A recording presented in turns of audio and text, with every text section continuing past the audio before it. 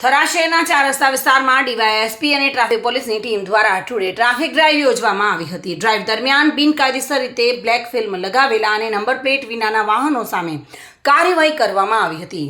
આ ડ્રાઈવ દરમિયાન વિવિધ વાહન ચાલકો પાસેથી રૂપિયા 7,500 જેટલો દંડ વસૂલ કરવામાં આવ્યો હતો અને નિયમોનો ભંગ કરતા 6 વાહનોને ડિટેઇન કરવામાં આવ્યા હતા। જાહેર સુરક્ષા અને ટ્રાફિક નિયમોના પાલન માટે આવી કાર્યવાહી આગળ પણ ચાલુ રાખવામાં આવશે તેમ ડીવાયએસપી SM વારોતરિયાએ અધિકારીઓએ જણાવ્યું હતું। થરાદ પંથકમાં ખાસ કરી થરાદ, વાવ, સુઈગામ, માવસરી આ વિસ્તારમાં હમણાંથી લોકો મતલબ વધારે પડતા બ્લેક કાચ રાખે છે, નંબર પ્લેટ પણ રાખતા નથી, જેના હિસાબે ગુનાહિત પ્રવૃત્તિ થતી હોય એવું પણ અમારા ધ્યાને આવે છે। આવી ગુનાહિત પ્રવૃત્તિને સદનને ડામી દેવા માટે થઈને અમે આજથી ટ્રાફિક ઝુંબેશ ચાલુ કરેલ છે।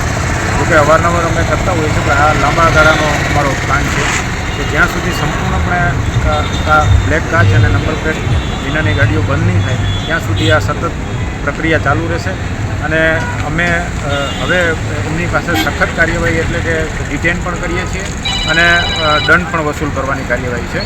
એમને બિલકુલ મતલબ જે કાળા કાચ વિનાની ગાડીઓ છે, જે નંબર પ્લેટ વિનાની ગાડીઓ છે એને ડિટેન કરવામાં આવશે અને RTOના મેમો આપવામાં આવશે અને દંડ પણ વસૂલ કરવામાં આવશે। મહેન્દ્ર ઓઝા સાથે bureau report, today Gujarati news.